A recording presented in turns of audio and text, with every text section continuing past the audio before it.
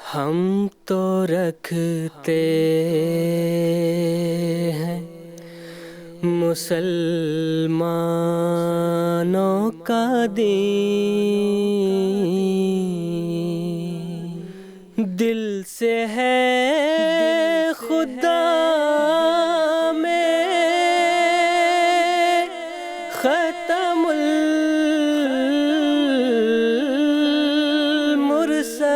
المرسلین، دل سے ہے خدا میں ختم المرسلین،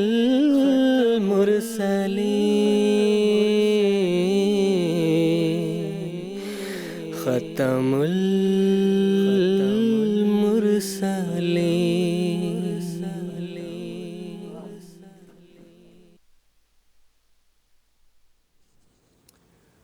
اعوذ باللہ من الشیطان الرجیم، بسم اللہ الرحمن الرحیم۔ ناظرین اکرام، السلام علیکم ورحمۃ اللہ وبرکاتہ۔ آج 27 اگست 2022 ہفتے کا دن ہے۔ انڈیا میں اس وقت رات کے 10 بجے ہیں اور جی ایم ٹی کے مطابق اس وقت سہ پہر کے 4:30 بجے ہیں۔ اور ناظرین، یہ وقت ہے پروگرام راہ ہدیٰ کا۔ حضرت اقدس مسیح موعود علیہ السلام کی پیاری بستی قادیان دارالامان سے پروگرام راہ ہدیٰ کے 4 ایپیسوڈز پر مشتمل اس سیریز کا یہ دوسرا ایپیسوڈ لے کر ہم آپ کی خدمت میں حاضر ہیں۔ حسب معمول آج کا ہمارا یہ پروگرام ناظرین کی خدمت میں لائیو پیش کیا جا رہا ہے، اور لائیو ہونے کے ساتھ ساتھ ہمارا یہ پروگرام انٹریکٹیو بھی ہوگا، یعنی ہم اپنی اسٹوڈیو کی ڈسکشن کے ساتھ ساتھ اپنے ناظرین کے ٹیلی فون کالز ریسیو کریں گے، ان کے سوالات کو سنیں گے، اور جو علماء کرام اس وقت ہمارے ساتھ پینل میں موجود ہیں وہ ان کے سوالات کے جوابات بھی اسی پروگرام کے ذریعے سے دیں گے۔ ہمارے ناظرین کے لیے ہماری ٹیلی فون لائنز ایکٹیویٹڈ ہیں۔ اس کے علاوہ ٹیکسٹ میسیجز، فیکس میسیجز اور ای میل کی سہولت بھی موجود ہے، جن کے ذریعے سے ہمارے ناظرین ہم تک اپنے سوالات پہنچا سکتے ہیں۔ تو ناظرین، اگر آج کے پروگرام میں آپ ہمارے ساتھ جڑنا چاہتے ہیں اور اپنے سوالات پیش کرنا چاہتے ہیں تو میں امید کرتا ہوں کہ اس وقت آپ اپنے ٹیلی ویژن اسکرینز پر ہم سے رابطہ کی تفاصیل مشاہدہ کر رہے ہوں گے۔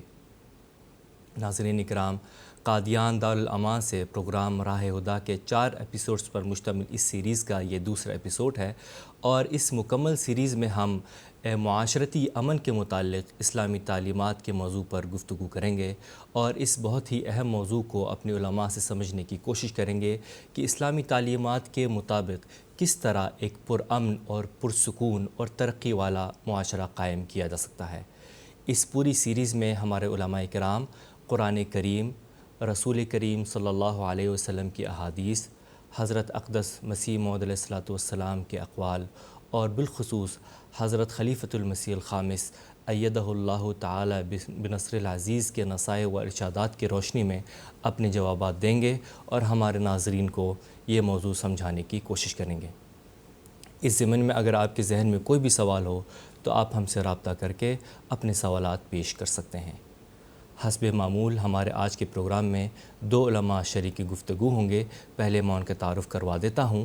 محترم مولانا محمد حمید کوثر صاحب، اور آپ کی ساتھ والی نشست پر تشریف فرما ہے محترم مولانا عطاء المجیب لون صاحب۔ میں آپ دونوں حضرات کا اس پروگرام میں خیر مقدم کرتا ہوں۔ ناظرین کرام، خدا تعالیٰ ایک ہمدرد اور ایک دوسرے کے خیال رکھنے والا معاشرے کا قیام چاہتا ہے، اور اسی مقصد کے لیے اللہ تعالیٰ نے دنیا کے ہر حصے میں اپنے انبیاء اور نیک بندے بھیجے تا حقوق اللہ اور حقوق العباد کی تکمیل ہو سکے۔ اللہ تعالیٰ نے ان کے ذمے انسانیت کی اصلاح اور آپس میں بھائی چارہ، اخوت اور ہمدردی کی روح پیدا کرنے کا فرض سونپا۔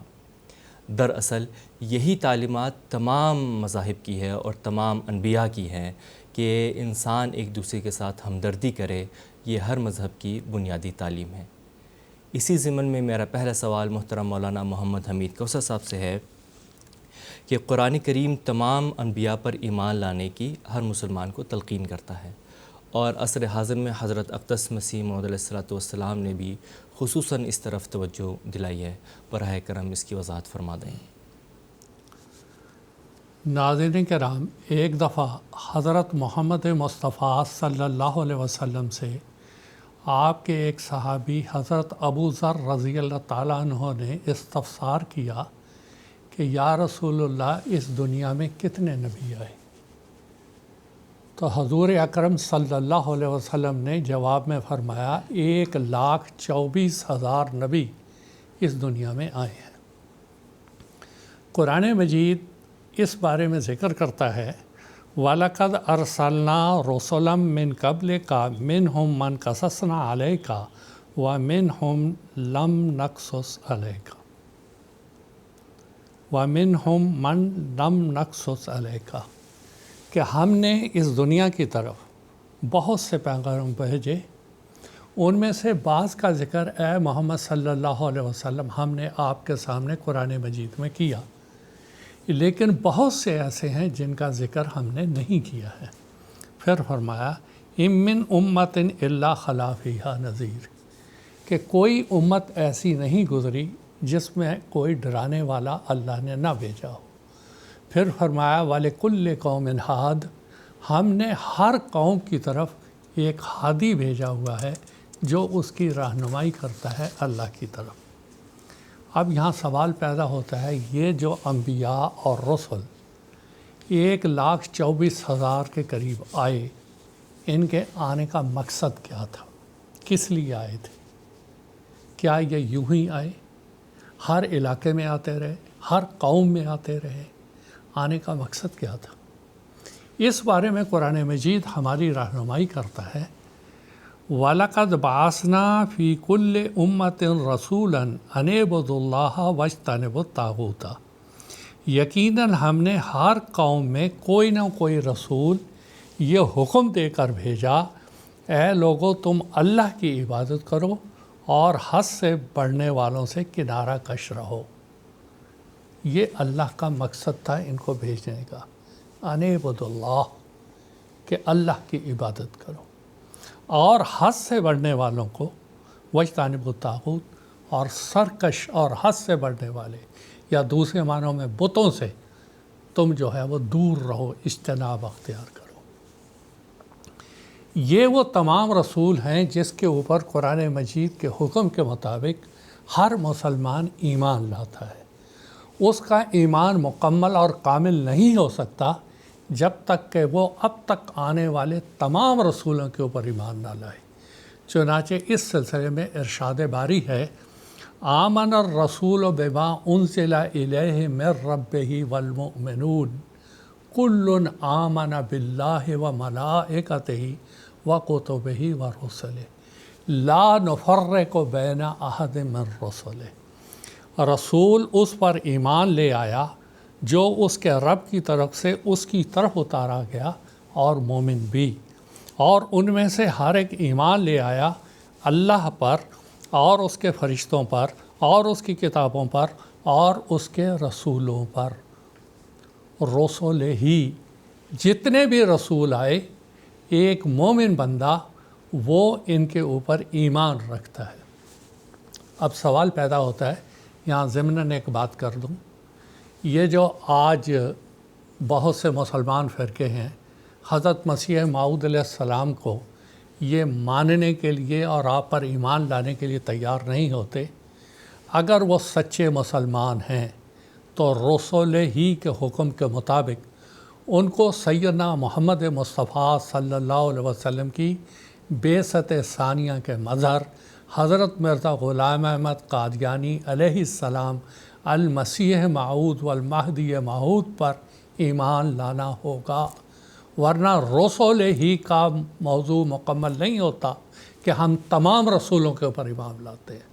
اگر آپ تمام پہ لاتے ہیں تو یہ ان میں شامل ہے، اگر ان کو آپ باہر کرتے ہیں تو رسول ہی کا مفہوم مکمل نہیں ہوتا۔ یہ مسلمانوں کو اچھی طرح سمجھ لینا چاہیے، اور یہ بھی واضح ہونا چاہیے، یہ جو ان کے مولوی غلط فہمی پیدا کرتے ہیں کہ رسول کریم صلی اللہ علیہ وسلم خاتم النبیین ہے۔ رسول کریم صلی اللہ علیہ وسلم خاتم النبیین وہ افضل ہیں، اور جب یہ کہتے ہیں لا نبی بعدی تو اس کا آپ یعنی اتنا بیوقوف بناتے ہیں، یہ مسلمانوں کو بیچاروں کو گمراہ کرتے ہیں۔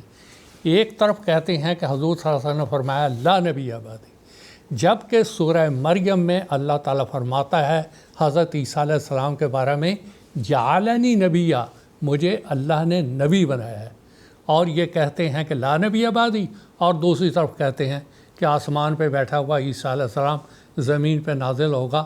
ارے ذرا عقل سے کام لو۔ ایک طرف تم کہتے ہو لا نبی بعدی، جس کو قرآن کہہ رہا ہے کہ جعلنی نبیہ، وہ اس کو تم اس کے بعد لا رہے ہو، اس کا مفہوم کیا؟ کتنی جہالت ہے۔ تو بہرحال یہ تو ایک ضمنی بات تھی جو اس میں آ گیا۔ رسول ہی میں یہ بات شامل ہے کہ حضرت مسیح موعود علیہ السلام پر ایمان لایا جائے، ورنہ ایک مومن اور مسلمان کا ایمان مکمل نہیں ہوتا۔ اب رہا سوال کہ امن کی بات، سلامتی کی بات، سیدنا حضرت مسیح موعود علیہ السلام ایک اصول بیان فرماتے ہیں۔ آپ فرماتے ہیں اور ہم لوگ دوسری قوموں کے نبیوں کی نسبت ہرگز بد زبانی نہیں کرتے، بلکہ ہم یہی عقیدہ رکھتے ہیں جس قدر دنیا میں مختلف قوموں کے لیے نبی آئے ہیں اور کروڑہا لوگوں نے ان کو مان لیا ہے، اور دنیا کے کسی ایک حصے میں ان کی محبت اور عظمت جاگزیں ہو گئی ہے، اور ایک زمانہ دراز اس محبت اور اعتقاد پر گزر گیا ہے، تو بس یہی ایک دلیل ان کی سچائی کے لیے کافی ہے، کیونکہ اگر وہ خدا کی طرف سے نہ ہوتے تو یہ قبولیت کروڑہا لوگوں کے دلوں میں نہ پھیلتی۔ خدا اپنے مقبول بندوں کی عزت دوسروں کو ہرگز نہیں دیتا۔ اگر کوئی کاذب ان کی کرسی پر بیٹھنا چاہے تو جلد تباہ ہوتا ہے اور ہلاک کیا جاتا ہے۔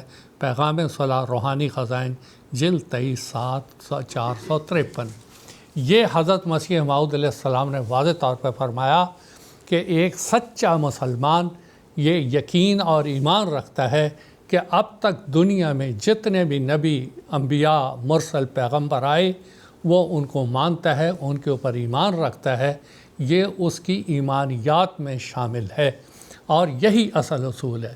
لیکن دوسرے مذاہب اس کے اوپر عمل نہیں کرتے ہیں۔ مثال کے طور پہ یہود ہیں، یہود حضرت موسیٰ علیہ السلام تک تو مانتے ہیں، حضرت عیسیٰ علیہ السلام اور سیدنا محمد مصطفیٰ صلی اللہ علیہ وسلم کو ماننے کے لیے تیار نہیں۔ اور پھر اس کے بعد اور دوسرے مذاہب والے ہیں، عیسائی ہیں مثال کے طور پہ، وہ عیسیٰ علیہ السلام کو تو مانتے ہیں، سیدنا محمد مصطفیٰ صلی اللہ علیہ وسلم کو نہیں مانتے ہیں۔ اس کے بعد ایک اور اہم بات جو یہاں پر کہنی ضروری ہے، اللہ تعالیٰ نے جیسا کہ میں نے عرض کیا واضح طور پر بتایا کہ یہ نبی کیوں آتے ہیں۔ ان اعبدوا اللہ، ان کا ایک ہی پیغام ہوتا ہے کہ اللہ کی عبادت کرو۔ وما خلقت الجن والانس الا لیعبدون، جن و انس کی تخلیق کا مقصد ہی یہ ہے کہ وہ اللہ تعالیٰ کی عبادت کریں۔ جب انسان اللہ تعالیٰ کی عبادت چھوڑ دیتا ہے، اس سے دور چلا جاتا ہے، اور اس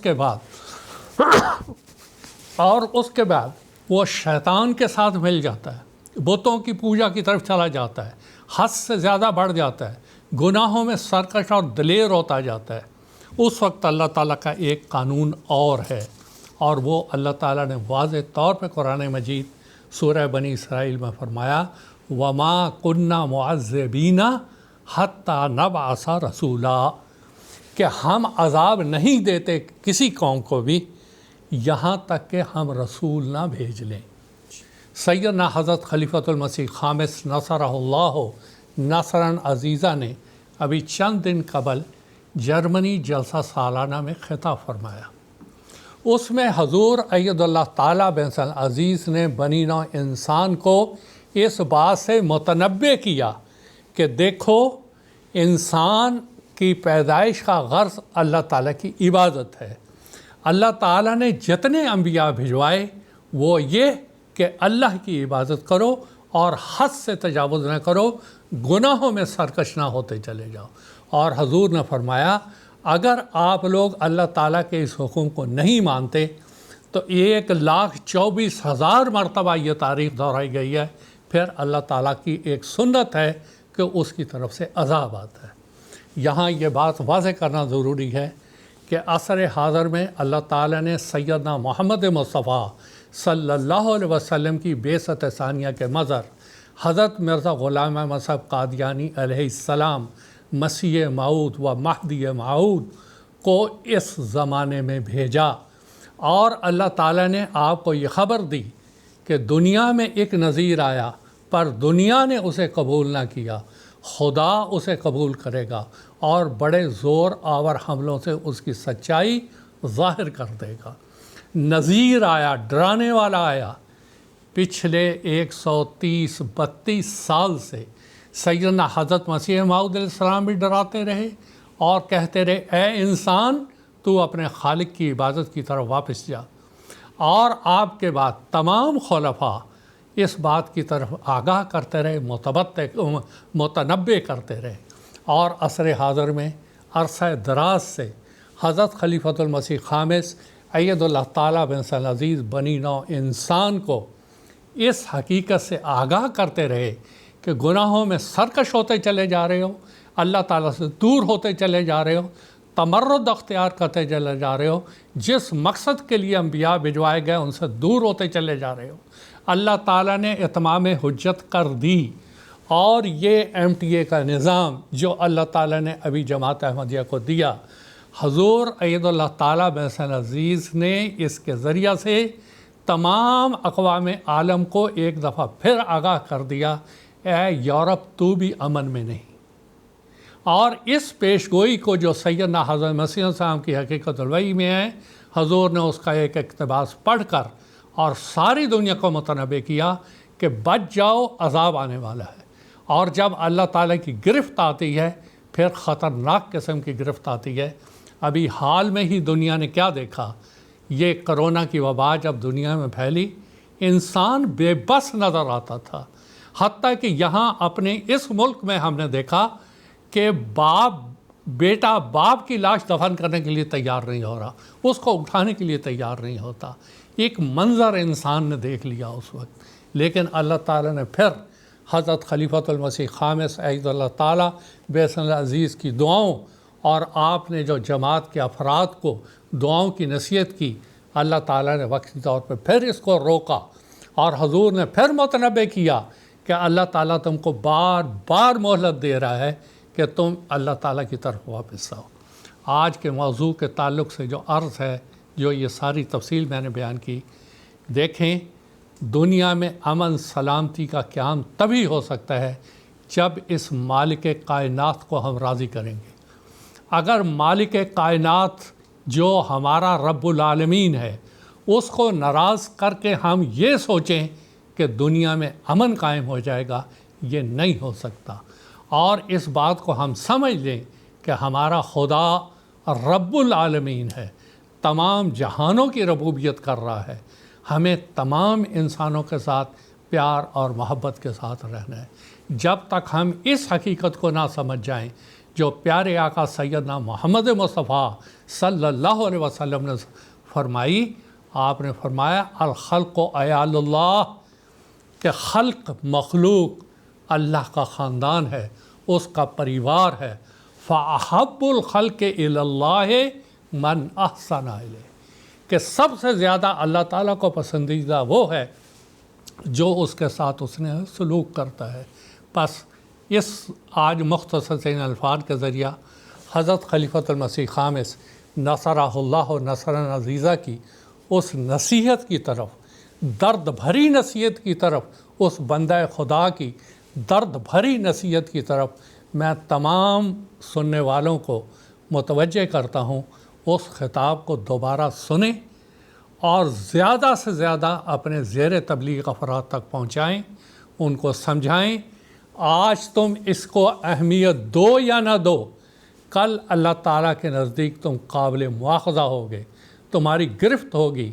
یہ اتمام حجت ہے جو آج جماعت احمدیہ اور جماعت احمدیہ کے خلیفہ اید اللہ تعالیٰ بن سل عزیز دنیا پہ کرتے چلے جا رہے ہیں، اور یہی حقیقی امن اور سلامتی کے قیام کی یہی ایک صورت ہو سکتی ہے، ورنہ کوئی دوسری صورت نہیں۔ جی جزاکم اللہ تعالی احسن جزا۔ ناظرین ابھی ایک ٹیلی فون کالر کو اپنے پروگرام میں شامل کرنے کی کوشش کرتے ہیں۔ میں بنگلہ دیش سے عارف الزمان صاحب سے بات کرنا چاہوں گا۔ السلام علیکم ورحمۃ اللہ عارف الزمان صاحب۔ السلام علیکم۔ السلام علیکم۔ وعلیکم السلام ورحمۃ اللہ۔ جی اپنا سوال پیش کریں۔ جی السلام علیکم، میں عارف الزمان بنگلہ دیش سے بول رہا ہوں۔ میرا سوال حدیث کے حوالے سے ہے۔ جی حدیث میں ذکر ملتا ہے جو شخص خدا کے لیے دنیا میں گھر بناتا جی اللہ تعالیٰ اس کے لیے جنت میں ایک گھر تعمیر کرتا ہے، اس میں بڑے کرم روٹی ڈالیے۔ السلام علیکم ورحمۃ اللہ وبرکاتہ۔ وعلیکم السلام، جزاک اللہ، آپ کا سوال ہم تک پہنچ گیا ہے۔ جو شخص اللہ تعالیٰ کے لیے گھر بناتا ہے تو اللہ تعالیٰ اس کے بدلے میں اسے جنت میں گھر دیتا ہے۔ براہ کرم عطار مجیب لون صاحب سے میری درخواست ہے کہ اختصار کے ساتھ ان کے سوال کا جواب دے دیں۔ جی جزاک اللہ۔ بسم اللہ الرحمن الرحیم۔ اللہ تعالیٰ نے قرآن مجید میں ایک اصول بیان فرمایا ہے کہ من یعمل مثقال ذرۃ خیرا یرہ اور ومن یعمل مثقال ذرۃ شرا یرہ، کہ دنیا میں جتنے بھی لوگ ہیں، جتنے بھی انسان ہیں، جو انسان کوئی اچھا کام کرے گا، کوئی نیکی کا کام کرے گا، اس کے بدلے میں اللہ تعالیٰ اس کو بھلائی عطا کرے گا اور اس کا اجر اس کے مطابق اس کو دے گا، اور چاہے وہ ایک ذرے کے برابر ہی نیکی کیوں نہ ہو، اس کا اجر اللہ تعالیٰ ضرور اس کو عطا کرے گا۔ اور اس کے مقابل پر اگر کوئی ایک ذرے کے برابر بھی بدی کرتا ہے، کوئی برا کام کرتا ہے، تو اس کی سزا بھی اللہ تعالیٰ اس کو ضرور دیتا ہے۔ تو اس اصول سے ہمیں یہ پتہ لگتا ہے کہ جتنے بھی نیک کام ایک انسان دنیا میں کرتا ہے، اس کا اجر اللہ تعالیٰ آخرت میں اس کو ضرور دیتا ہے۔